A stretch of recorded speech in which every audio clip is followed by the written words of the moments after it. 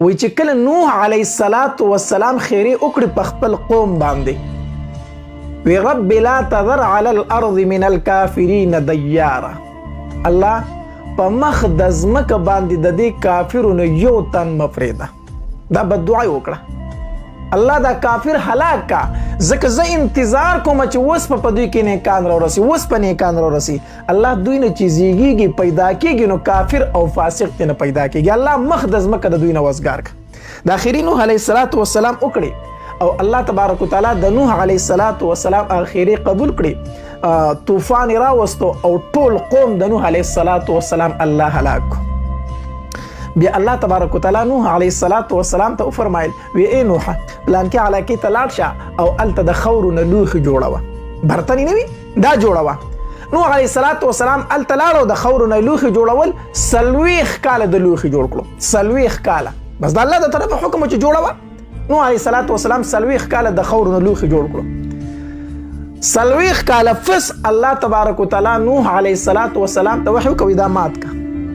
اوس د الله حکم نوح علیه السلام لګیا شو، یو لوښی رالی ځمکې لی راچوي او ماتوي.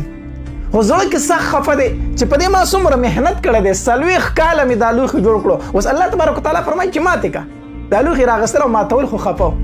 الله تبارک وتعالی ترې تپوس کوي ای نوح دې زړه ته دې درد راغی، دې زړه ته دې دوک راځي چې دا لوښي ماتوي؟ وی الله ضرور، ما په 40 کاله ځان کړولی دی الله، ته راته وایي چې ماتې کا، ستا حکم دی ماتوم، خو زړه مې په ډېر خفه دی.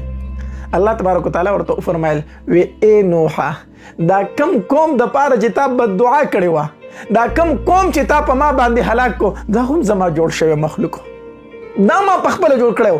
ته دا لوښي جوړ کړي ماته یې دومره پې خفه، دا قوم دا انسانان ما په خپله پیدا کړي تا را باندې هلاک کړو، ما ته به څومره دوک را رسېدلی. نوح علیه السلام ته الله تبارک وتعالی یو تنبیه وکړه چې خیرې نه وي پکار. الله تبارک وتعالی دومره په خپلو انسانانو خفه کېږي، نو دا په موږ سره چې الله مینه ساتي، دا محبت ساتي، دا د دې وجې نه چې په موږ کې څه کمال دی، بلکې دا د دې وجې نه چې موږ د الله جوړ شوی مخلوق یو.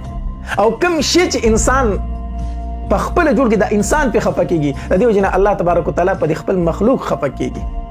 بیا وروسته له دې نه الله تبارک وتعالی وفرمایل وی زه به خپل بندګان چرته هم په یو ځل نه هلاکوم، چرته به هم خپل بندګان په یو ځل باندې نه هلاکوم. نو الله تبارک وتعالی موږ سره ډېره مینه کوي، ډېر محبت کوي. نو حدیث مبارک کې راځي وی قارون چې کله ځمکې ځان ته راوکاږو نو قارون موسی علیه السلام ته چغې کړې وی ما د دې ځمکې نه خلاص کا.